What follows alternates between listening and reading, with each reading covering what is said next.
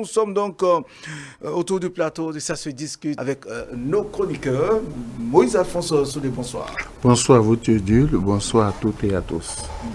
Merci d'être au rendez-vous de ce soir. Vous nous avez manqué hier de toute façon. Et oui. Surtout les téléspectateurs. Oui, c'est un contretemps de dernière minute. C'est imposé à moi. Voilà, merci à vous. Merci d'être là. François-Xavier Noumon, bonsoir. Bonsoir, bonsoir à M. Alphonse Moïse Soudé, qui nous a manqué hier et que nous retrouvons aujourd'hui. On est très heureux de nous retrouver. Alors, nous allons commencer d'abord par répondre, lire les messages des téléspectateurs. Hier, ils nous ont suivis longuement. Beaucoup de réactions que nous avons eues suite au sujet que nous avons abordé en ce qui concerne bien sûr l'ANIP, la gratuité donc du certificat d'identification numéro personnel. Il y a eu assez de réactions. Nous allons lire bien sûr la réaction, si vous le permettez, la réaction d'un téléspectateur qui dit bonsoir le plateau. Au début, le CNP est payant, maintenant devient gratuit. Mais qu'est-ce que le gouvernement veut en instituant cette gratuité? C'est l'un des messages que nous avons eu ici. D'autres. Je n'ai pas compris. Qu'est-ce que le gouvernement veut? C'est une question qu'il pose? Oui, parce qu'on a décrété. Oui, malheureusement, il n'y a pas eu de nom qui suit directement ce message. Il n'y a pas de nom. Il demande, oui, entre-temps, puisque ici, on se souvient hier, on l'avait dit, certains avaient payé les 1000 francs pour avoir... oui, c'était payant au départ. C'était payant au départ. Aujourd'hui, gratuit, ils s'interrogent. Et pourquoi c'était peut-être... Non, c'est pour permettre à la majorité de nos compatriotes, parce qu'il y a parfois des personnes qui manquent de 1000 francs. Maintenant, on a voulu que tout le monde soit au même niveau, et c'est pourquoi on a rendu cela gratuit. Moi, je voudrais que comme je le dis souvent, les chefs quartiers profitent de cette occasion-là pour sensibiliser leurs mandants, pour leur dire désormais, vous n'avez rien à payer. C'est dans votre intérêt, parce que ce sont des papiers administratifs dont on aura besoin. Donc, ça n'a rapport avec aucun régime, mais ça rentre dans les formalités que nous devons remplir pour avoir désormais nos pièces ou bien le passeport. Donc, il faudrait que les chefs quartiers aident le gouvernement, peut-être si possible même passer de maison en maison pour voir si ce travail a été fait. Parce que si vous ne le faites pas maintenant, quand ça va se compliquer, ça sera difficile pour tout le monde. Oui, François, avez-nous votre avis sur... Oui, on y a déjà répondu hier. Je pense que au lieu de se poser cette question, la personne devrait sauter sur l'occasion et sensibiliser le plus de personnes possible pour profiter de cette décision prise par le gouvernement. Il en va en tout cas, c'est au bénéfice de tout le monde et de la collectivité. Très bien. Un autre téléspectateur qui, lui aussi, n'a pas décliné son identité, dit, c'est une question qu'il pose, est-ce qu'il n'est pas souhaitable que le numéro IFU remplace le numéro d'identification personnelle qui n'a qu'une durée de 3 ans? En fait, c'est une question qu'il pose. Vous savez, encore une fois, l'IFU, c'est un identifiant fiscal. C'est pourquoi je souris, parce que d'aucuns ont vu dans cette gratuité, d'aucuns craignent dans ces processus d'identification une imposition à venir. Et là, ce téléspectateur suggère que l'identifiant fiscal remplace toute autre identification.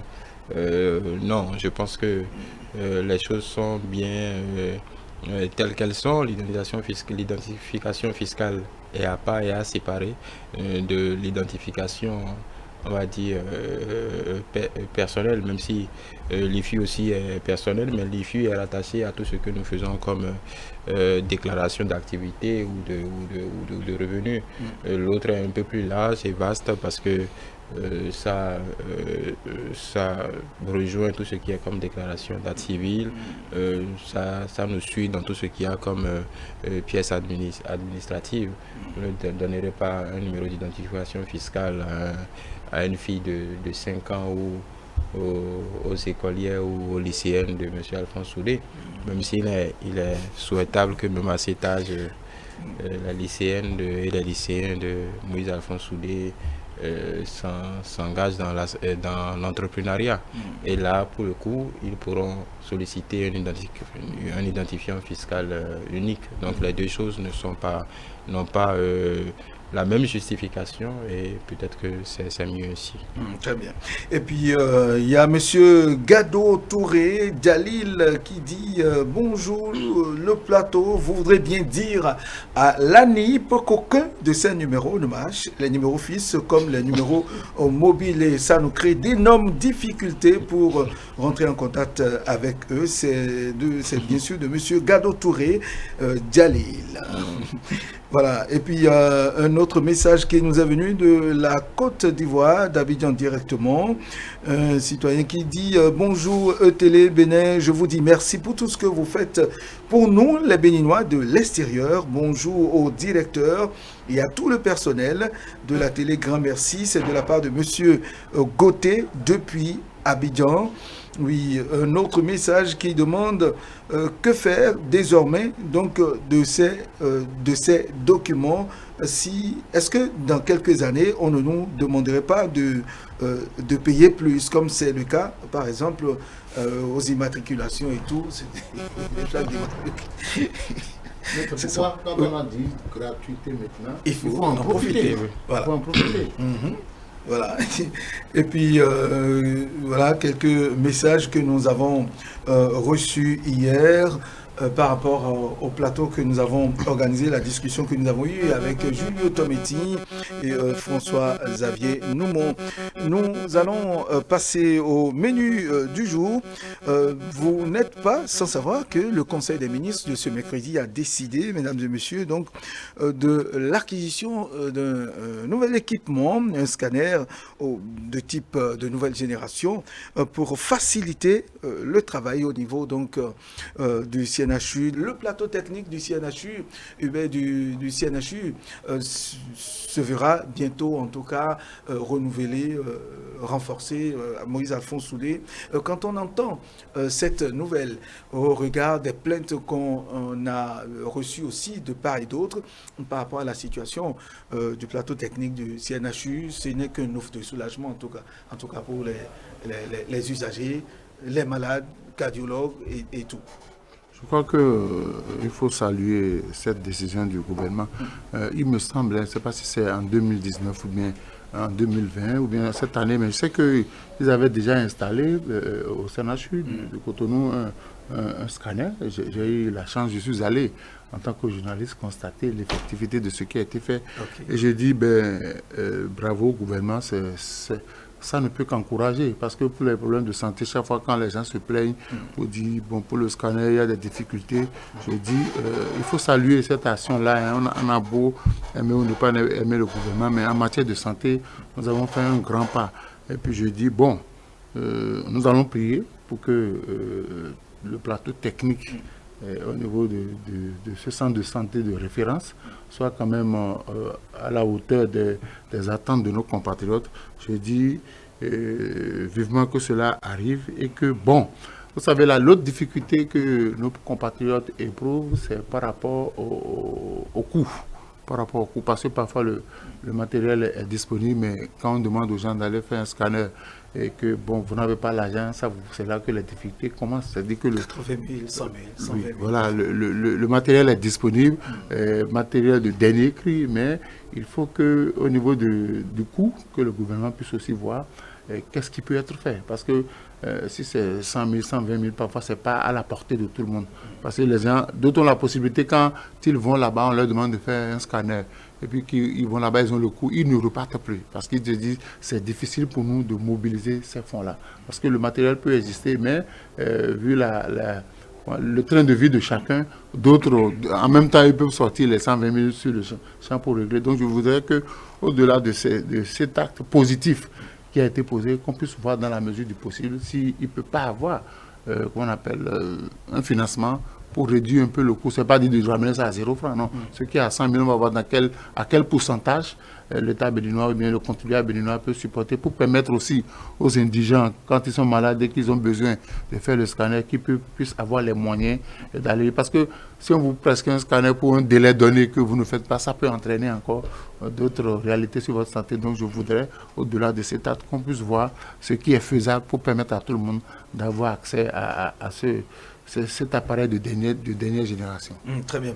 Je rappelle aux téléspectateurs qu'ils peuvent participer à cette causerie, à ce débat, à cette discussion en envoyant leurs propositions, leurs suggestions donc au numéro qui s'affiche d'ailleurs à leur écran. Et oui, François Xavier nous montre désormais donc certaines analyses, certains examens spécifiques pourront se faire. Et au CNHU, si cet appareil, ce scanner venait à être installé au CNHU, les usagers seront heureux, même les pratiquants, les cardiologues et autres travailleront dans de très bonnes conditions, moins de tracasseries, moins de soucis. Cela causerait. Oui, pas seulement les cardiologues, beaucoup d'autres spécialités. Déjà, il faut préciser qu'il y avait un scanner au CNHU, mais ces derniers temps, un scanner qui tombait en panne régulièrement et qui handicapait le bon fonctionnement des diagnostics et obligeait ceux qui devaient, ceux à qui on demandait ces analyses-là, ces scanners, de recourir au privé pour arriver à se soigner. Donc, or, le privé vous fait payer à prix coûtant cette opération-là.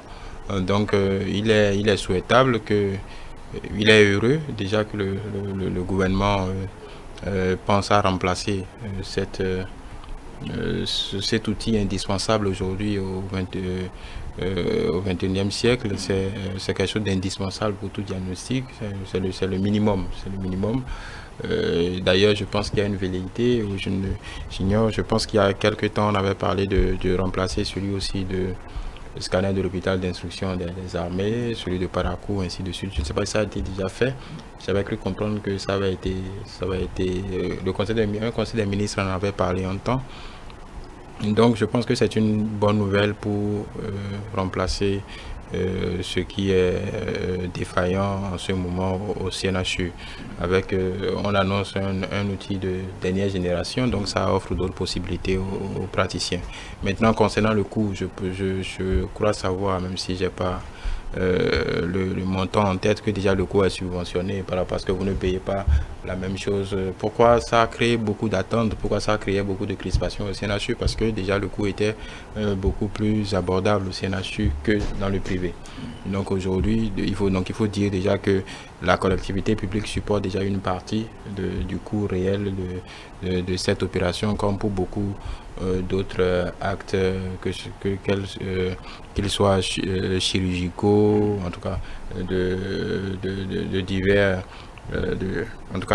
types. Donc je pense fondamentalement que cet effort-là existait déjà. L'essentiel, c'est que la machine puisse être vite commandée, puisse venir, et puis pour qu'on mette derrière nous ces difficultés-là. Maintenant, je me dis qu'avec l'assurance maladie obligatoire, l'assurance santé, la santé obligatoire, je pense que tous ces actes-là devraient être compris dans le panier de soins également. Donc, je pense quand même que d'ici là... Le scanner le scanner, je pense que c'est une forme d'analyse. C'est une opération qui rentre qui concourt à un processus de diagnostic et donc de processus de guérison. Donc je pense que ça devrait être pris en charge quelque part. Donc il y a de belles perspectives devant nous.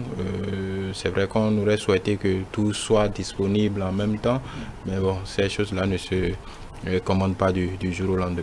Très bien. Oui, selon nos informations, c'est avec cet appareil on pourra faire des opérations de la chirurgie à cœur ouvert, c'est-à-dire comme si on se croirait dans de grandes institutions.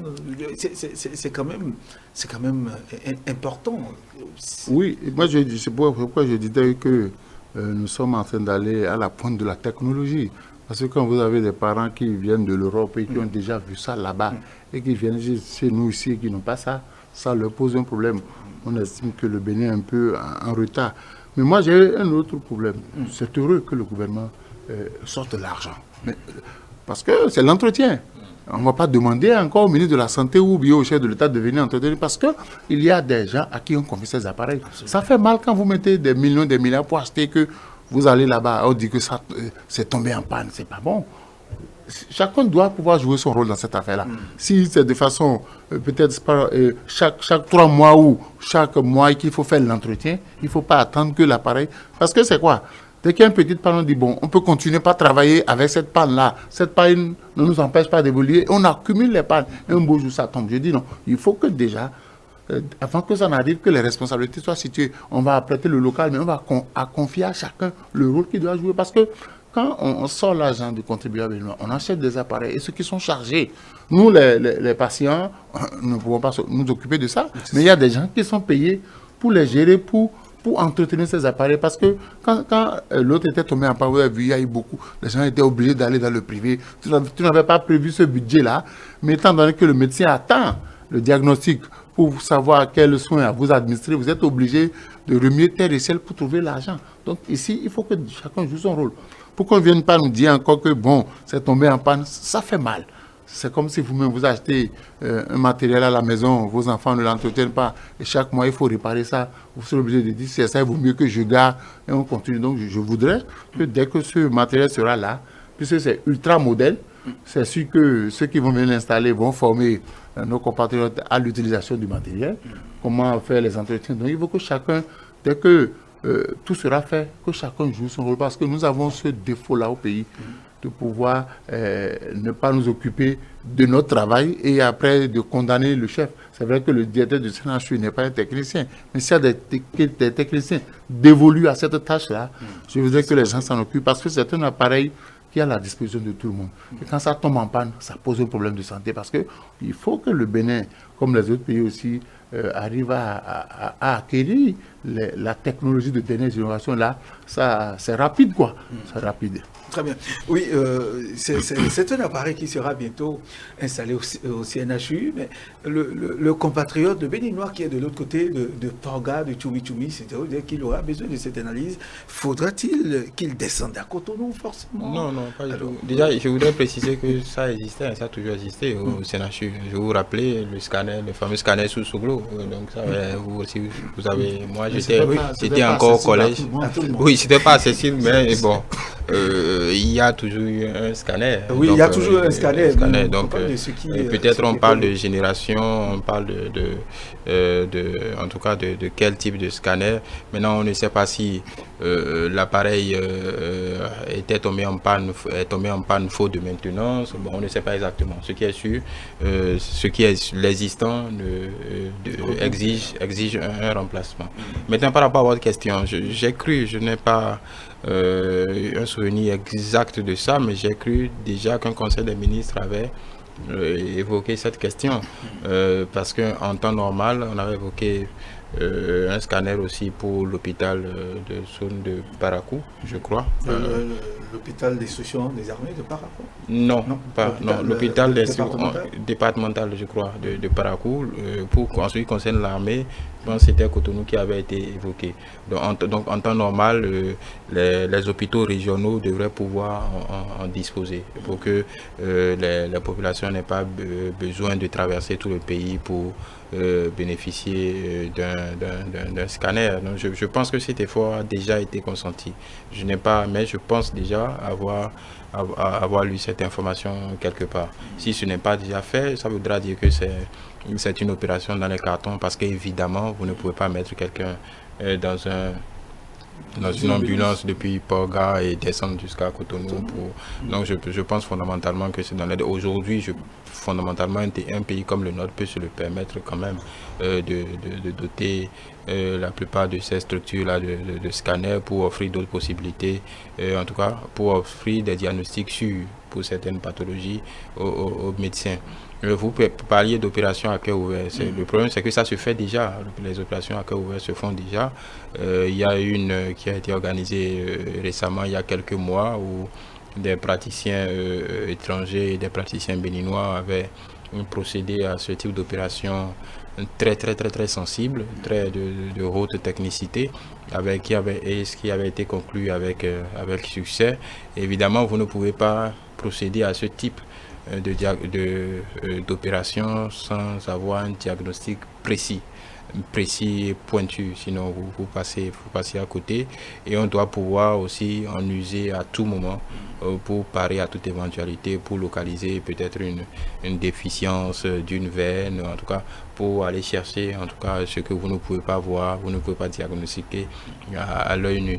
Donc c'est dans cette communication de ce qui a été décidé au Conseil des ministres, simplement c'est pour simplement dire que aujourd'hui le CNHU est appelé à abriter en tout cas un panel un peu plus large et un peu plus pointu d'opérations chirurgicales de haut niveau et de haute technicité. Donc il ne saurait manquer ce chaînon-là indispensable pour y arriver. Et c'est en temps normal, puisqu'on est dans une sorte de montée en compétences et montée en capacité, il va de soi qu'on doit pouvoir disposer d'équipements de dernière génération. Oui, l'acheter, l'acquérir, c'est bien sûr l'affaire du pouvoir central, du pouvoir exécutif, à partir de la contribution des contribuables. Mais beaucoup, est-ce qu'aujourd'hui, on ne pourrait pas peut-être rêver grand en achetant 4 ou 5 à installer dans les départements, dans les autres départements, pour faciliter, permettre, parce que c'est une question... Non, ce serait l'idéal. Mais c'est en fonction de la rentrée des fonds, en fonction de la disponibilité financière. Pardon, si nous avons les moyens, on le fera. Parce que cela va de la... Vous savez, dans un pays qui prétend se moderniser, le secteur de la santé est un secteur dont on s'occupe. Donc je crois que s'il y a les moyens, a priori, nous avons 12 départements, même si déjà dans 6 départements, on peut déjà avoir ça, parce que ça coûte un peu cher. Et on va le faire. Bon, peut-être avant la fin de ce régime-là, un travail sera fait. Bon, moi, je n'ai pas encore...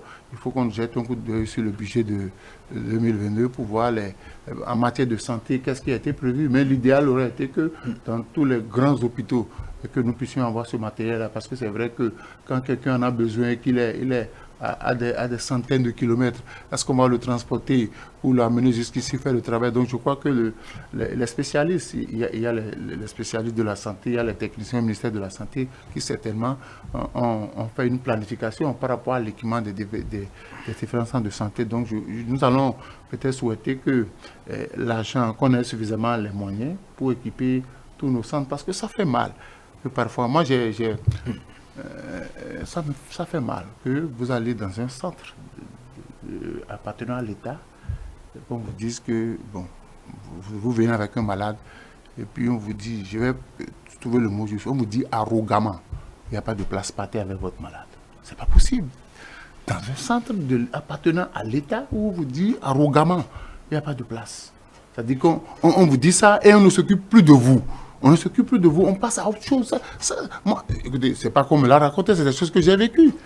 Parfois même, c'est au portail qu'on vous dit, il n'y a pas de place, retournez avec votre malade. Il faut encore, parce que vous savez, quand vous êtes malade et que vous êtes bien accueilli, comme dit mon feu père, c'est qu'à 50%, vous êtes soulagé. La façon dont on vous accueille, à 50%, vous êtes soulagé. Mais si déjà vous venez avec votre malade, on vous dit au portail qu'il n'y a pas de la place, j'ai dit non, moi j'ai été marqué par cela plusieurs fois. Donc je dis, il faut que dans les centres de santé, appartenant à l'État public, si nous allons là-bas, que nous soyons quand même à l'aise. On ne peut pas être dans un centre de santé appartenant à l'État et se faire piquer par des moustiques. On ne peut pas être dans un centre de l'État appartenant à l'État et voir des gros rats circuler quand vous allez voir des malades. C'est pas possible, j'ai dit. Vous en avez trouvé, c'est ça? Mais oui, je l'ai dit. Bon, moi, j'ai dit, c'est dangereux parce que faites un tour au CNHU. J'y suis allé, j'y vais souvent. Faites un tour, vous allez voir ce que j'ai dit. Parfois, il n'y a pas de place, il n'y a pas de place, il n'y a pas de place. Et je dis, il faut que le peu qu'on a, on peut être pauvre et être propre. Le peu qu'on a, ceux qui sont chargés de gérer doivent pouvoir l'entretenir. C'est vrai parce que vous allez parfois dans certains bâtiments au niveau du CNHU, mais c'est dégueulasse. J'ai dit non, on ne va pas demander au ministre de la Santé de descendre pour s'en occuper. Donc, c'est le bien appartenant à nous tous. Et il faut que ceux qui sont chargés d'entretenir ce bien-là le fassent. Parce qu'un problème de santé, moi, comme disait mon feu père, je préfère donner de l'argent à quelqu'un qui est malade que de donner de l'argent à quelqu'un pour aller acheter des chaussures. Quand vous lui dites que vous êtes malade, la santé, c'est capital. Et quand vous arrivez dans un centre de santé et qu'on vous accueille bien, vous êtes à l'aise. Mais ailleurs, on vous accueille de façon On peut pas faire, vous ne pouvez pas faire ça dans un privé. Il prend le téléphone, il appelle le propriétaire, le soir même vous êtes viré.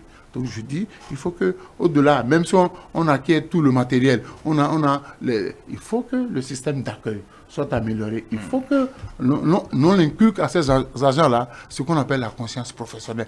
Vous ne traitez pas les gens comme si le corps humain c'était des mouches ou bien des moustiques qu'on pouvait négliger. J'ai dit non, moi ça m'a toujours choqué.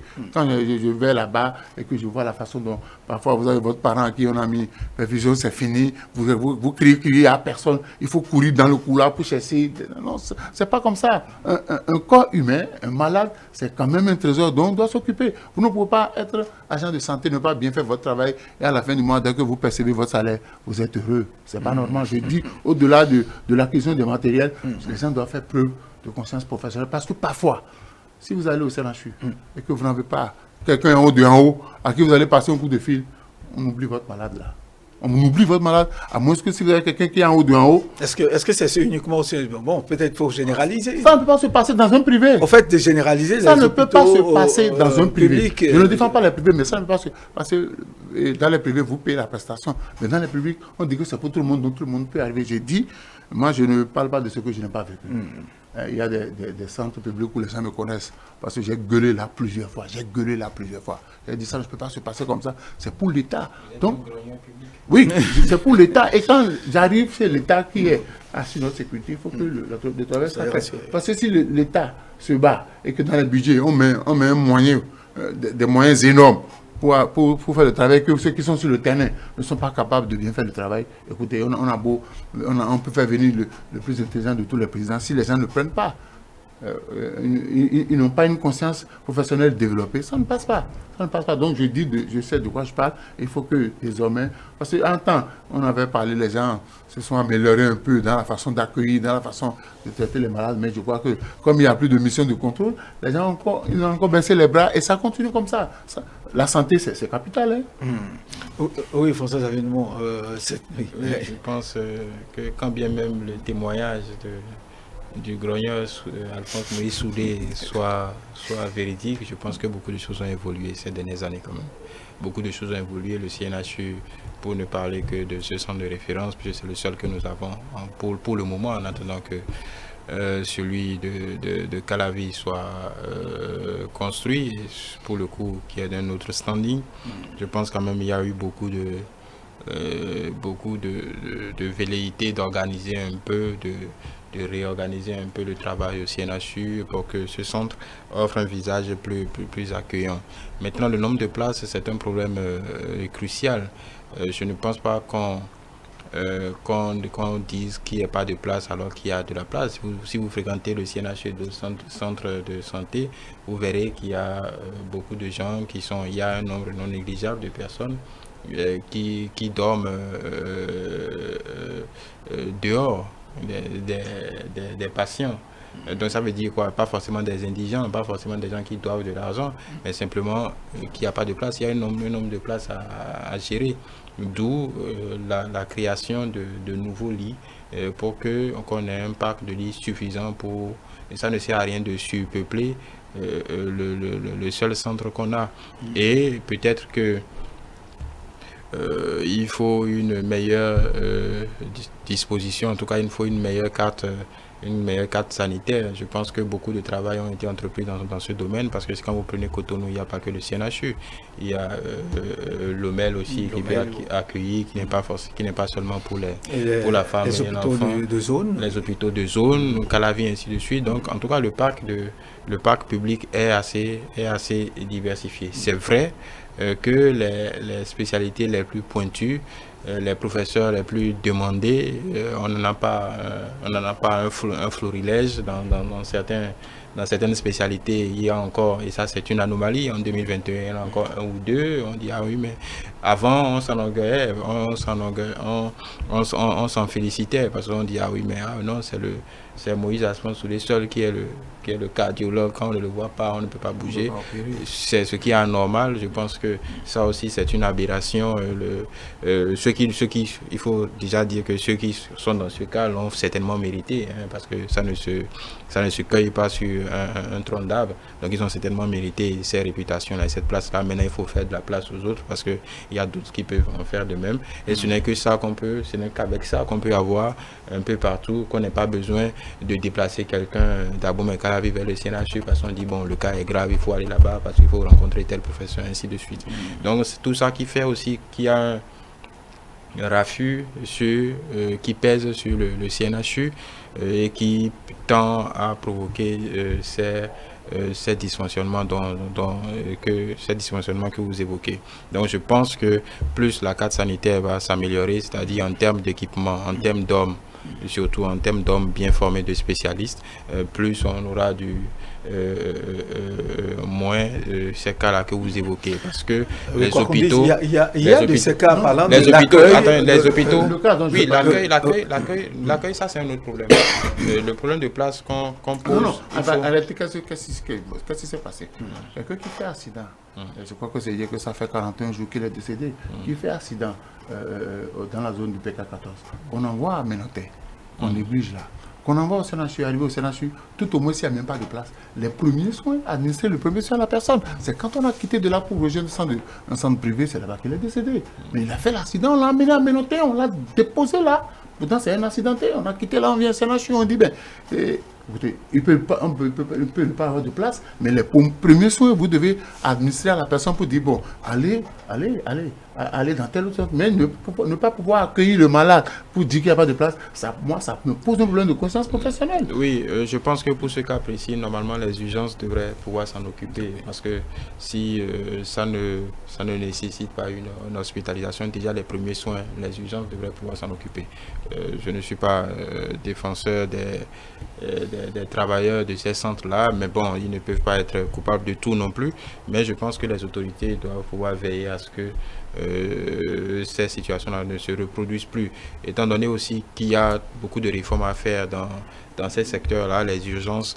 On ne peut pas dire qu'on est, même s'ils font beaucoup, il faut toujours les féliciter parce que ce n'est pas toujours facile dans les conditions de travail qu'ils ont, même si beaucoup de soins ont été faits. Aujourd'hui, vous vous souvenez des spéculations autour de ces fameuses ambulances, alors que ces ambulances-là sont d'un autre standing qui permet une prise en charge déjà dès que les patients sont à bord et ne sont pas juste des véhicules de transport comme on en a l'habitude. Parce que ce qu'on a d'habitude de voir, ce ne sont pas des ambulances, ce sont des véhicules de transport. Parce que une ambulance doit pouvoir être capable de prendre en charge celui qui est accidenté, par exemple, celui qui est dans une détresse respiratoire très rapidement, déjà même avant de les amener aux urgences. Ça demande d'autres spécialités. Médecin urgentiste, c'est une spécialité totalement à part. Donc il y a de ces postes-là qu'il faut réformer en personnel, mettre les moyens qu'il faut, parce qu'encore une fois, quand on va dans ces hôpitaux, on a l'impression que tout le monde est logé à la même enseigne, que tout le monde fait la même chose. Non, tout le monde ne fait pas la même chose. On peut être médecin, mais prendre en charge, comme vous le dites, un accidenté de suite, c'est un autre métier carrément. C'est autre chose qu'être un médecin. Un urgentiste, c'est ça? Oui, un urgentiste, c'est un médecin urgentiste, c'est une spécialité capitale et très importante dans nos centres de santé parce que ça permet de sauver des vies, les bons gestes permettent de sauver des vies, quand bien même sans nécessité. Même si parfois souvent ça nécessite des hospitalisations, mais c'est un processus important. Donc je suis d'accord avec vous que la prise en charge est capitale dès l'entrée. Maintenant, je pense qu'on est dans un processus de progrès. Il faut se féliciter de ce que cette décision ait été prise et gageons qu'on assiste progressivement à une amélioration de nous. On ne peut pas ne pas y arriver simplement parce que c'est un impératif, parce qu'on a un régime de sécurité sociale qui va rentrer en branle. Si les soins de santé ne sont pas opérés donnés de la même façon, c'est qu'on se tire une balle dans le pied. Donc évidemment, il y a des exigences liées à ce programme. Donc forcément, ce qui est offert comme soin devra monter en gamme. Très bien. Oui, vous l'avez évoqué tout à l'heure, puisque ça fait partie, en tout cas, des questionnements que beaucoup se posent. Oui, des cardiologues, des spécialistes en cardiologie, il y en a très peu. Parlant des spécialités, par exemple, c'est vrai, un scanner de la nouvelle génération, la dernière, et puis les spécialistes, ils sont pas nombreux. Non, il faut une précision. Il ne faut pas se tenir à l'identification. Ce n'est pas seulement destiné aux cardiologues. Déjà, même les scanners, je pense que ce sont les radiologues qui s'occupent de cette partie. Oui. Maintenant, le scanner est à disposition de tout, pratiquement toutes les spécialités. Voilà. Oui, avec... je crois, il y a que... Oui. Nous sommes conscients que par rapport aux spécialistes, le nombre ne suffit pas. Oui, c'est-à-dire qu'il faut mettre en place peut-être une politique de formation dans les différentes spécialités. C'est vrai que ça aussi, ça prend le temps, ça aussi, ça coûte. Ça, vous allez voir que beaucoup, ceux qui sont souvent généralistes, ils n'ont pas cherché à être généralistes. Ils ont bien envie d'évoluer, mais faute de moyens, ils se contentent d'être généralistes jusqu'à la fin de leur carrière. Donc je dis, les autorités nous suivent. Donc ils savent que tout le monde sait que dans ce secteur-là, on manque de spécialistes. Donc il faut peut-être encourager les formations, il faut trouver peut-être des bourses et orienter beaucoup de personnes. Parce que ce qui fait la performance de votre système sanitaire, c'est la mise à disposition des spécialistes. Parce que si, c'est vrai qu'il y a en temps, il n'y avait pas beaucoup de spécialistes, et le même, quand vous devez aller au bloc, on dit c'est tel monsieur qui doit opérer, et les parents parfois sont obligés de dire, bon, il n'est pas en train de venir, donner son numéro, puis tout ça, ou bien on dit, c'est le même qui va opérer ici. Je crois que l'État, les choses sont en train d'être améliorées, mais je dis, le peu qu'on a, il faut qu'on s'en occupe. Parce que quand vous vous occupez du peu qu'on a, ça peut encourager les gouvernants à mettre à disposition d'autres matériels, ce qui servira à tout le monde. Ce n'est pas seulement que vous soyez riche ou pauvre devant la même maladie. Nous avons le même sort. Donc je dis, le peu qu'on a mis à notre disposition, il faut qu'on s'en occupe. Et dès qu'on va s'en occuper, peut-être que ceux qui sont au pouvoir comprendront que ceux-là, ils ont à cœur de bien faire le travail, on peut leur donner davantage de moyens. Parce que quand vous envoyez quelqu'un en mission, il faut lui donner les moyens. Et quand la personne que vous envoyez en mission, vous sentez qu'elle ne veut pas accomplir la mission, vous vous dites, est-ce que cela vaut la peine que j'y mette les moyens? Mais nous devons prendre le gouvernement pour dire, maintenant les gens sont disponibles, disposés à faire le travail, donnez-leur les moyens, et là nous serons bien soyez. Parce qu'à un moment donné, il y a des gens qui se trouvent obligés d'aller dans les centres privés, parce que dans le public, vu qu'il y a un effectif, tout le monde va là-bas, il y a un effectif, et puis bon, il faut que désormais on puisse revoir les choses pour que dans tous les départements, parce que souvent quand nous parlons, nous nous concentrons sur les grandes villes. Oui, moi les grands départements. J'ai fait 3 ans, j'ai passé 3 ans à Péonko. À Ouassa-Péonko, j'ai été logé à la maternité de Ouassa-Péonko avec ma soeur. J'étais resté avec elle, j'ai vu des choses. Mais les choses ont beaucoup évolué. Là encore, c'était les lampes tempêtes. Et il fallait sortir là. Donc je dis, les choses sont en train d'évoluer parce qu'à un moment donné, certains ont appris à faire le travail avec le peu dont ils disposent. Et je voudrais que l'on puisse aussi continuer comme ça.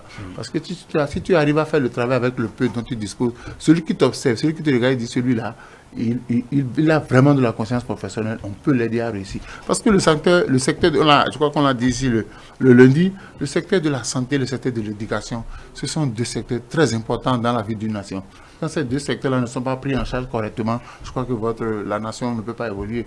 Parce qu'il faut former les gens, il faut que les gens aussi soient en bonne santé pour pouvoir exercer le métier qu'ils ont appris. Très bien. Oui, il faut que nous payions nos impôts également. Il y a bien payer les impôts. Oui, payer nos impôts parce que les dirigeants, les gouvernants ne vont pas inventer. Mais oui, j'ai vu déjà dans la ville de Cotonou, les collecteurs, je crois, de la mairie qui passent déjà devant les boutiques qui ont commencé par collecter.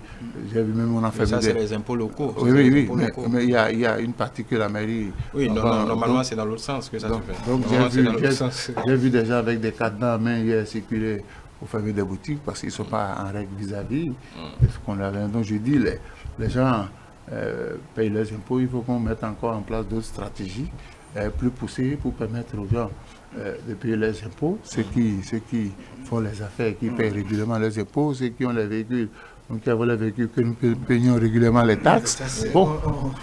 On y reviendra de toute façon. Non, c'est important. Il faut considérer que l'impôt, c'est un pas de l'inquisition, et encore avec le taux de prélèvement chez nous, ce n'est pas encore de l'inquisition, on est très loin de l'inquisition.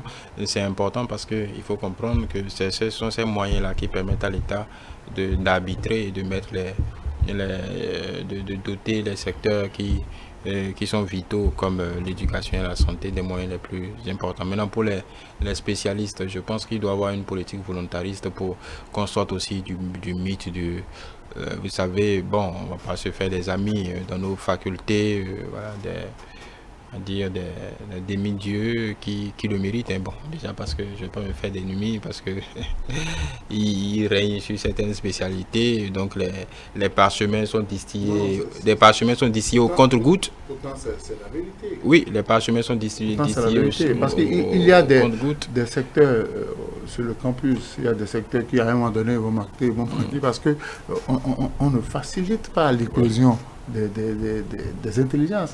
Il y a toujours des gens qui sont là pour coincer, ils ont du plaisir à coincer les étudiants.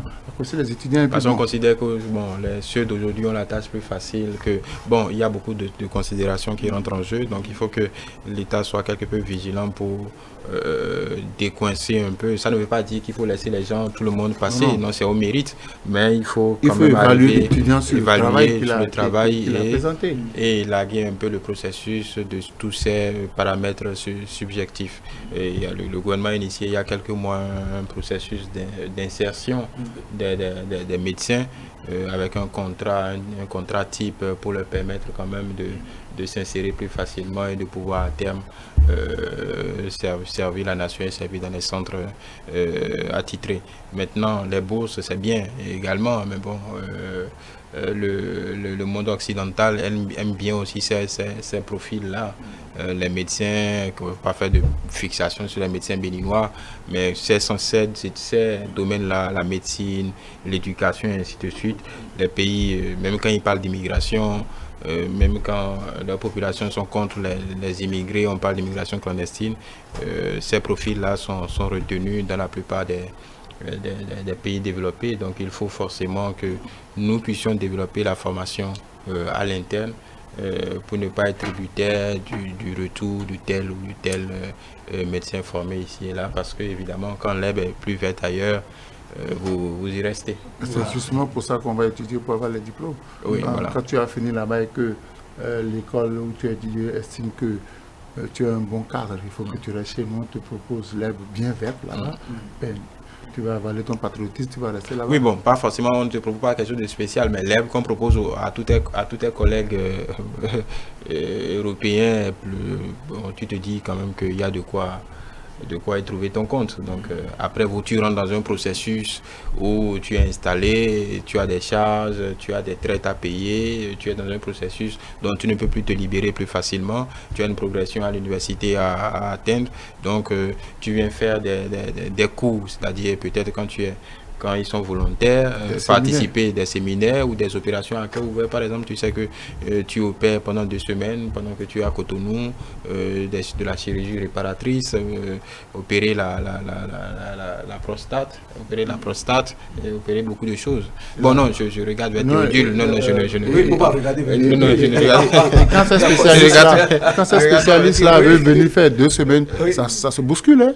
Parce qu'on vous dit, si ne vous reçoit pas maintenant, ça fait peut-être dans 6 mois. Donc, les gens faut remuter, essayer pour trouver les. Il faut que ces choses-là soient accessibles facilement dans notre pays. Très bien. Donc, je m'excuse de vous regarder comme ça. Non, mais c'est pas de problème, ça. Alors, nous allons à présent parler du soutien qu'a reçu, du soutien matériel qu'a reçu les forces de défense et de sécurité de notre pays. L'Agence béninoise de gestion intégrée des espaces frontaliers à travers le gouvernement du Bénin vient donc soulager un tant soit peu, je dirais, la peine des agents des forces de défense et de sécurité en leur offrant 80 motos, oui, ce geste, quoique je dirais simple, viendra renforcer forcément la capacité de nos forces de sécurité et de défense sur le terrain qui ont un problème de mobilité, et ce problème de mobilité qui se pose à eux avec beaucoup d'acuité. Ces 80 motos, aujourd'hui, c'est quand même important. Monsieur Alphonse Maurice. Oui, pourquoi ce glace de souris? Non, je vois, j'ai toujours dit sur le plateau que parfois les policiers ils ont la moto, quand ils démarrent, ça ne prend pas. Ils sont obligés de sauter sur une zème pour chasser quelqu'un. Ils descendent de la moto, de zème, ils ne payent pas, quoi. Donc je dis, bon, 80, c'est pas rien. 80 motos, c'est pas rien. Et je crois que les gens, il faut remercier ceux qui l'ont fait. Et je suis toujours dans ma logique. C'est bon de faire les dons, mais il faut les entretenir. C'est ça. Une moto qui tombe en panne, un véhicule qui tombe en panne, c'est que ça a un problème. Nous avons tous une moto dans la voiture. C'est qu'il y a un problème de mauvais entretien. Donc, on a donné pour faire un travail ponctuel. Il faut que ces motos-là soient destinées à ce travail et que dès qu'on les utilise, il faut les entretenir. Parce que si on vous donne, vous n'entretenez pas, vous n'allez pas dire demain que vous n'avez pas les moyens de locomotion. Donc les moyens sont bienvenus. Il faut peut-être une répartition dans tous les commissariats. Il faut les affecter aux besoins précis et que chacun, ceux à qui on a confié la gestion de ces motos-là, qui puissent les entretenir. Parce que moi, je tiens beaucoup à ça. Je tiens beaucoup à ça parce que quand vous ne les entretenez pas, ça tombe en panne. Au moment où vous en avez besoin le plus, vous n'allez pas quand même demander à un policier ou bien à un soldat de prendre sa propre moto, sa voiture pour faire le travail. Donc, le peu qu'on nous donne, il faut qu'on l'entretienne. Donc, moi, je remercie ceux qui l'ont fait et je dis bravo parce que parfois, les coups de cœur, les coups de gueule sont écoutés dans ces gens-là. Il faut les écouter parce que c'est un constat sur le terrain. Donc, je dis merci. Et on va les remettre à la discussion des unités. Il faut que les unités aussi s'en occupent pour qu'on ne dise pas qu'on a l'habitude d'entendre ça n'a pas pris, il n'y a pas de carburant. Non, il faut les entretenir. C'est très important. Moi, je tiens à ça. Parce que on peut être pauvre et entretenir le peu qu'on a. Oui, pour ça, David. Oui, ce qui est spécifique là, c'est les zones transfrontalières, parce qu'on a toujours pointé du doigt que nos États, en général, n'aient pas de prise sur ces parties-là ces zones transfrontalières qui sont à cheval, où les communautés sont à cheval entre deux périmètres, où ils peuvent se confondre, ou parfois même la frontière n'est que de nom, où les populations vont et viennent. Donc cet appui est quand même important et peut-être s'adapte à la géographie de ces endroits-là pour venir en appui à ces hommes et femmes qui sont chargés d'en assurer la sécurité. Donc évidemment, une dotation en équipement est toujours bienvenue. Évidemment aussi que ces moyens-là doivent faire l'objet d'entretien et pour qu'elles soient réellement opérantes et bénéfiques pour la communauté nationale. Donc c'est un geste de très bonne volonté. Et maintenant, ça va permettre aux agents d'être plus mobiles parce que les motos leur permettent d'être plus mobiles et de pouvoir être présents, puisque c'est le premier impératif, être présent dans ces zones-là pour marquer la présence de l'État parce qu'il représente l'autorité, même si c'est une autorité déléguée, donc font office de marqueurs importants de l'identité nationale. Donc ça leur permet d'assurer ses devoirs régaliens, encore que dans le contexte qu'on est, c'est fort utile. Mais n'oubliez pas que même si on ne parle pas de djihadistes ou de terroristes, ils attaquent ces derniers mois, on peut dire qu'ils attaquent à moto. La moto, c'est leur moyen préféré. Donc c'est les nôtres aussi. On ne dit pas que ce sont pour les unités de combat, mais déjà dans ces zones-là, il faut déjà arriver à marquer notre présence pour parer à toute éventualité. Oui, l'autre problème qui se pose, vous l'avez évoqué, c'est bien sûr l'entretien de ces moyens de déplacement. Alors, est-ce qu'on ne pourrait pas, parce que par moment, dans certaines localités, la dotation tarde à venir, est-ce qu'on ne pourra pas aider la population c'est-à-dire demander à la population population d'accompagner cette action, le développement, l'entretien de ces engins. Est-ce qu'on ne pourra pas y arriver? Non, c'est possible, je vous ai dit. Les motos qu'on a données, c'est pour une présence dissuasive d'abord de nos forces de sécurité sur le terrain. Maintenant, l'État forcément va mettre à disposition les moyens. Ce qu'on peut, on peut souhaiter, c'est que les moyens là viennent à temps.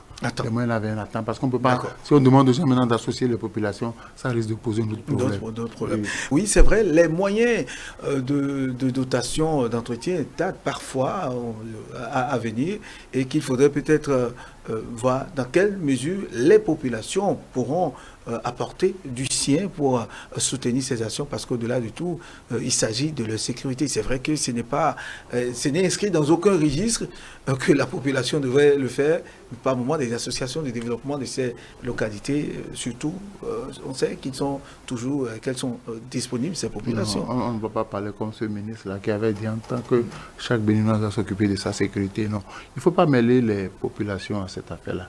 Le seul plaidoyer qu'on peut faire, c'est vis-à-vis de l'État, du ministère de la Défense ou des Finances, pour que les dotations soient vite libérées. Parce que l'enjeu est de taille. La zone qu'on a délimitée, c'est une zone où il y a des problèmes de sécurité. Donc, il faut mettre à disposition de ces agents-là tous les moyens dont ils ont besoin. Les motos, les antiballes, tout ce qu'ils ont. Ils n'ont pas besoin de compter sur la population. Leur problème, c'est de protéger la population. Parce que, vous savez, tout le monde n'est pas de bonne moralité. Tout le monde n'est pas de bonne moralité. Quand on va demander aux gens maintenant désormais d'associer les populations peut-être dans la collecte des fonds pour venir en aide à ces unités-là, ça va poser un problème. Les gens pourraient profiter pour escroquer, les gens pourraient profiter pour dilapider les fonds, parce que vous et moi, nous ne sommes pas sur le terrain pour savoir en réalité comment les gens mobilisent. C'est de demander peut-être aux autorités au sommet de l'État de faire en sorte que cette dotation-là puisse être vite libérée pour qu'on ne nous dise pas après, nous n'avons pas pu avoir de dotation. C'est ça qui a fait que nous n'avons pas pu accomplir notre mission. Quand vous envoyez un homme en mission, donnez-lui les moyens. Au finish, s'il n'a pas réussi la mission, vous êtes en droit de le moraliser, de le sermonner, voire le punir.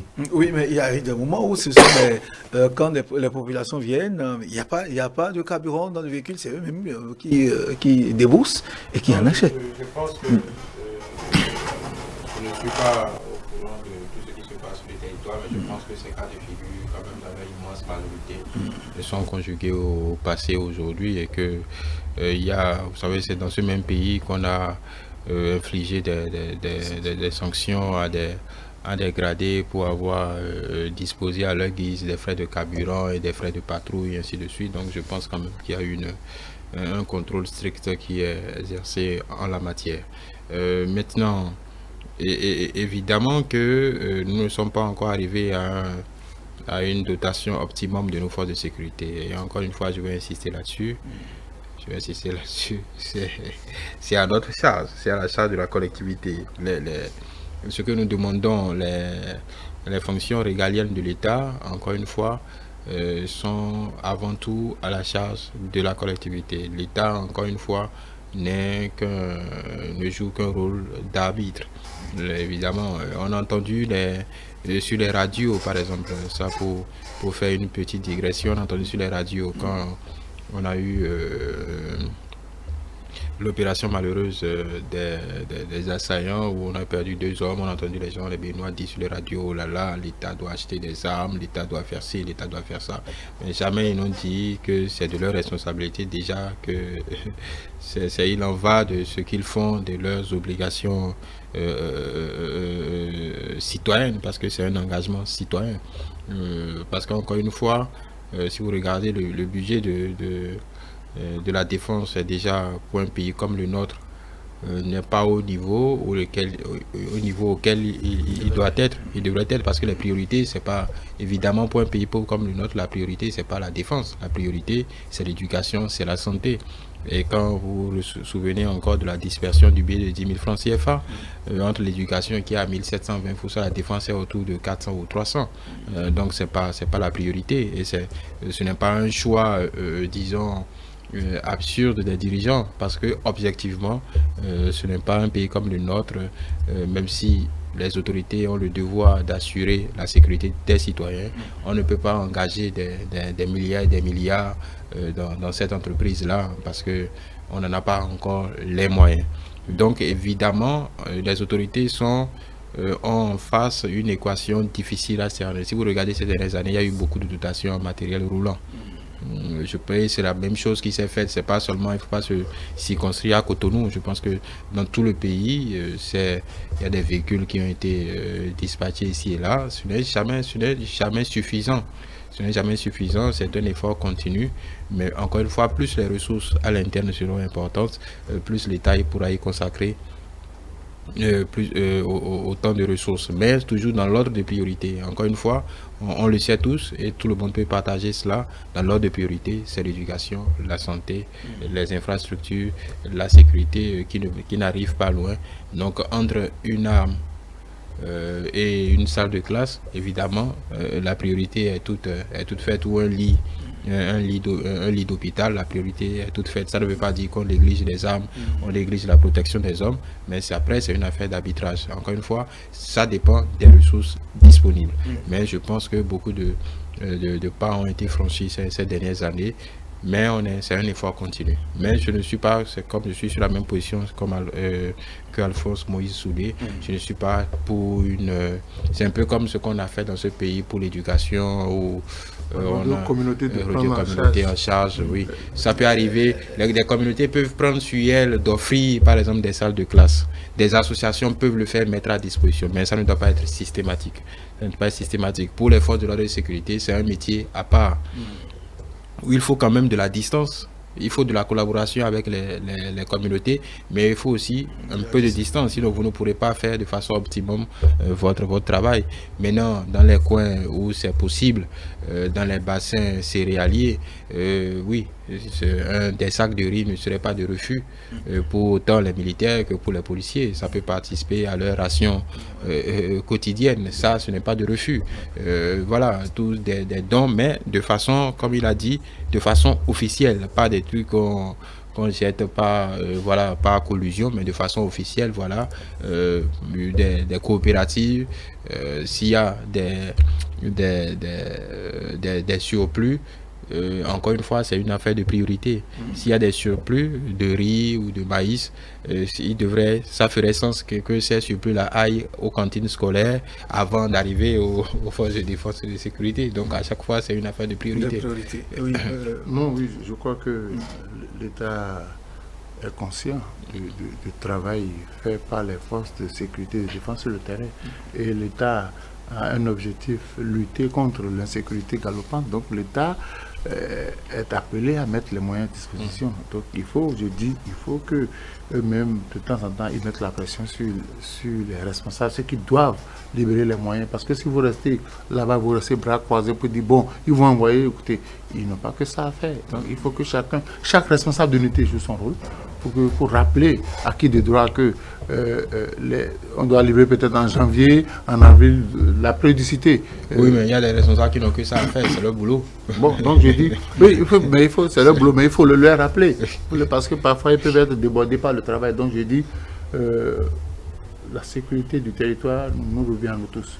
Parce que j'ai toujours dit, si les forces de sécurité et de défense n'ont pas l'information, ils ne peuvent pas opérer sur le terrain. Donc, quelque part, nous devons tous collaborer à ce que ce travail soit bien fait. Parce que si nous sommes en sécurité, nous pourrons faire nos activités en sécurité, nous pouvons dormir en paix.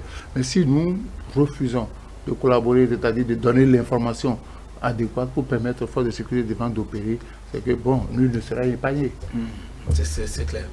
Voilà, nous allons, pour clôturer le plateau de ce soir, parler des enfants en déficience intellectuelle qui sont enfin intégrés dans les écoles parce que on a compris qu'ils ne seront plus stigmatisés. Ces enfants déficients mentaux, la roue tourne désormais en leur faveur. Ils sont désormais logés à la même enseigne. C'est ce qu'on est en train de remarquer un peu partout, puisqu'il y a de ces parents qui se plaignent du fait que ces enfants soient marginalisés, stigmatisés, alors qu'ils ont les mêmes facultés, en tout cas aptitudes intellectuelles que les enfants. Et que ça non, ils ne peuvent pas être déficients mentaux et avoir les mêmes aptitudes. Oui, ils ont peut-être d'autres les mêmes droits, d'accord, et d'autres aptitudes, même pas les mêmes aptitudes. Je ne sais pas comment ça se passe, peut-être l'enseignant nous le dira. Parce que quand même, effectivement, ils ont le droit, parce que c'est une affaire de justice sociale, ils ont le droit d'avoir l'accès, un même accès à l'éducation que les enfants dits normaux, les enfants dits normaux, et évidemment que ça devient un poids pour beaucoup de parents qui n'ont pas certainement choisi, ces enfants-là n'ont pas choisi aussi ces conditions-là. Ça devient un poids quand il s'agit de parler éducation, de les inscrire dans un circuit d'éveil et de formation. Donc je pense que il est important que cette justice sociale-là soit complètement assumée par l'autorité publique. Maintenant, ça ne se fait pas, c'est un véritable défi. Parce que ces enfants-là ont des besoins différents que les enfants. Vous ne pouvez pas les jeter dans une même classe que les enfants normaux. Ça, c'est suicidaire. Parce que l'enseignant, là, vous mettez l'enseignant devant une équation insoluble. Et ça peut être dramatique. Ça peut engendrer des traumas pour les deux catégories d'enfants. Parce que donc je pense que ces enfants ont des besoins très spécifiques. Il faut des enseignants formés pour ces besoins très spécifiques. Donc c'est pourquoi je dis c'est un gros défi. C'est un gros défi à gagner parce que ces enfants-là ont forcément besoin de plus d'attention que les autres et le savoir ne peut pas leur être transmis de la même façon simplement parce que ces enfants ne démontrent pas les mêmes capacités que les enfants, encore une fois, dites. Les enfants dits normaux, parce qu'à l'évidence, ils sont tous normaux. Très bien. Oui, autour de vous, M. Alphonse Moïse Soudé, vous êtes aussi enseignant. Est-ce que vous avez rencontré de ces cas? Oui. Et comment les avez-vous gérés? On a eu un cas formidable qui est resté dans la même classe que des enfants dits normaux qui est allé au BPC. C'est vrai que il a suivi les cours avec les autres, normalement, mais pour composer, il n'a pas composé avec les autres. Il a eu son BPC. Il a évolué normalement. Il a fait série littéraire. Il a décroché encore son bac. Ça veut dire quoi? Et quand vous le voyez en situation de classe, d'abord, la première des choses, c'était de sensibiliser les enseignants pour dire que cet apprenant ne peut pas être traité de la même manière que les autres. Quand dans une épreuve, on donne peut-être 4 heures aux autres, on lui en donne 5. Pour lui permettre de suivre. Donc, on a d'abord présenté la situation aux enseignants pour dire vous ne devez pas le traiter comme les autres. Mais on a remarqué qu'il avait de la volonté de faire comme les autres. Il lui arrivait de défier les autres parce qu'à un moment donné, les parents ont mené l'enfant à dominer son handicap. Il est resté et c'est. Parfois même, on demande à Eli, le responsable, il se portait volontaire. Wow. Parce qu'il n'aimait pas qu'on ait pitié de lui. Il n'aime pas ça. Et tout le temps, il a reçu son cursus. J'ai eu la chance de l'avoir avec moi en terminale comme élève. Très curieux, qui posait des questions. Donc, à un moment donné, il s'est pris en charge. Et le rôle fondamental, c'est d'abord l'enseignant.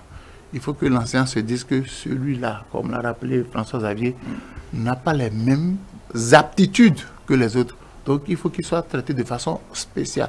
On ne peut pas corriger ses copies comme on corrige celles des autres. Ce n'est pas possible. Sinon, là, vous risquez de le frustrer, il n'aura jamais de bonnes notes. Donc, on a essayé de sensibiliser, puisque les spécialistes en ont parlé. Donc, quand on veut composer un devoir, il ne reste pas dans la même salle que les autres, parce qu'ils n'ont pas le même temps de composition.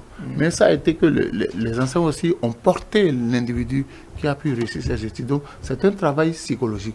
Parce qu'il y a des enseignants qui ne savent pas traiter ces cas-là. Et quand vous ne savez pas traiter ces cas-là, vous risquez de marquer l'enfant à jamais. Et quand vous marquez l'enfant, il va vous en vouloir. Peut-être que vous avez constitué pour lui un frein dans son épanouissement. Donc, moi, j'étais très heureux parce que dans d'autres écoles, parce que ces gens-là, il y a un autre cas où les parents ont inscrit l'enfant, ils ont dit, il peut faire, le temps qu'on trouve une école spécialisée, il peut faire autant d'années dans une classe, ça ne nous dérange pas. L'essentiel, c'est qu'il vient à l'école, il suit les cours. Bon, c'est vrai que, il n'est pas traité comme les autres, mais il a repris la classe une fois, 2 fois. Ce n'est pas Les parents ont voulu que ça soit comme ça. Donc je dis, il faut que d'abord, on se dise, ces personnes handicapées intellectuellement ont les mêmes droits que les enfants normaux. Ça, c'est la base fondamentale. Parce qu'on ne choisit pas d'être malade, hein, on n'a pas choisi, c'est la nature qui fait de vous ce que vous êtes. Donc il faut d'abord sensibiliser les enseignants pour dire, ceux-là, c'est des apprenants à qui vous devez consacrer du temps. Parce que ce que l'autre comprend en 15 minutes, lui peut peut-être attendre 2 jours après pour comprendre. Mais quand il a compris une fois, c'est qu'il a compris. Et ça prend le temps de comprendre, mais quand ça comprend, ça comprend. Donc je dis, c'est un travail auquel nous devons tous participer. Parce que si nous ne commençons pas à mettre les gens à l'écart, ça fait une discrimination grave. Parce que ceux-là peuvent devenir des cadres demain. Ce n'est pas qu'ils ne sont pas intelligents, c'est qu'ils n'ont pas le même degré d'assimilation que les enfants que nous appelons normaux, mais nous devons les encourager. Parce que j'ai vu ce jeune homme acheter tous les livres. Il n'a manqué d'aucun livre. Dès que vous parlez d'un livre, il dit qu'il veut ça. Et puis il est fier, il travaille. Donc personne ne peut dire qu'on n'aime pas se moquer, qu'on se moque de lui, mais il s'est battu. Parce que les parents ont fait un travail, parce que les psychologues ont fait un travail, parce que les enseignants ont fait un travail. Donc je voudrais que les écoles dans lesquelles ces enfants vont se rendre, que les enseignants se disent, c'est pas question de s'énerver. Parce que parfois, ils peuvent vous poser des questions qui vont vous révolter, mais vous devez comprendre la situation dans laquelle ils se trouvent. Je crois que c'est parce que ces enfants, on ne soupçonne pas leur intelligence et dit, monsieur, là, il ne peut pas évoluer. Mais quand ils prennent, vous serez surpris que ces enfants deviennent des cadres. Hein.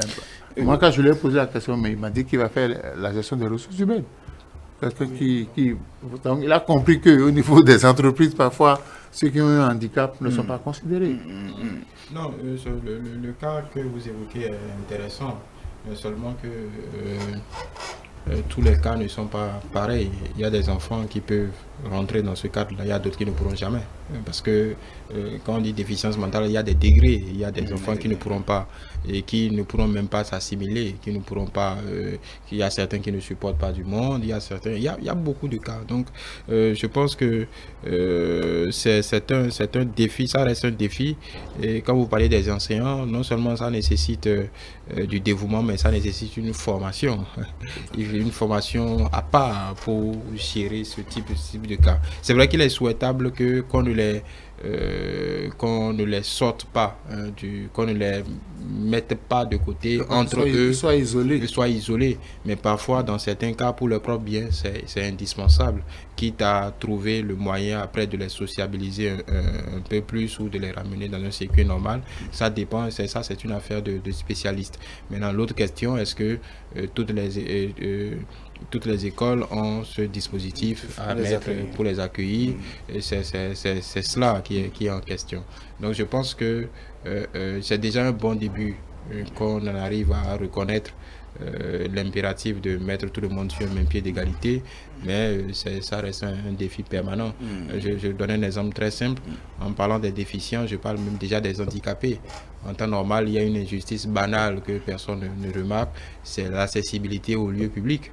En temps normal, on doit pouvoir, tous les bâtiments, déjà même de l'administration, c'est parce que c'est le public déjà qui doit donner l'exemple, doit avoir des rampes d'accessibilité pour permettre à ceux qui sont en fauteuil roulant ou en béquille de pouvoir facilement avoir accès à ces lieux publics. Ça, c'est un impératif. Tous les bâtiments ne sont pas à ces normes-là, les privés n'en parlons pas. Donc tout ça c'est une affaire de justice sociale. Les universités, il faut forcément les transports en commun, les bus de l'université par exemple doivent être adaptés à ce genre de choses.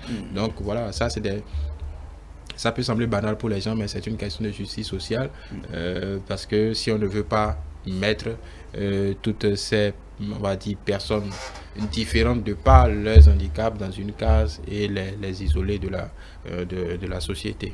Très bien. Oui. Non, c'est des personnes qui sont appelées à évoluer dans la société. Donc c'est tout un processus. Et nous qui estimons que nous sommes normaux, nous devons les accompagner. Sinon Nous ne sommes pas si normaux que ça. Non, j'ai dit nous qui estimons que nous sommes plus normaux que les autres. Nous devons, parce que ces enfants sont issus de familles. Et ils vivent, quand vous allez, les quelques cas que je connais, quand vous allez dans leur maison, ils sont bien avec leurs frères. On les taquine parce qu'on veut leur faciliter une certaine intégration sociale. Ça commence par la maison. Et quand arrive aussi à l'école, il faut leur faciliter l'intégration sociale. Parce que quand vous arrivez à vivre dans une salle de classe qui pratiquement parfois est une jungle, c'est qu'on vous apprend à vous supporter les uns les autres. On vous apprend à accepter l'état des uns des autres. Donc je dis, il faut que, l'État a déjà donné le temps, peut-être que on va former des spécialistes pour encadrer ces gens-là. Mais je voudrais que dans nos têtes, qu'on les considère aussi comme des êtres humains comme nous. C'est vrai ils comprennent à retardement, mais ils ont leur façon de participer au développement de la nation. Très bien. Merci à vous, chers chroniqueurs. Merci à vous aussi, téléspectateurs. Nous allons à présent mettre un thème au grand soir de ce jour. Merci de nous avoir suivis sur l'ensemble de nos canaux digitaux, sur notre site sur notre site internet bien sûr, www.etelebenin.com, sur notre page Facebook ETélé en direct, sur notre compte Twitter ETélé Live, notre chaîne YouTube ETélé Bénin et en direct via notre application iOS et Android ETélé Bénin. Merci de nous avoir suivis, mesdames et messieurs.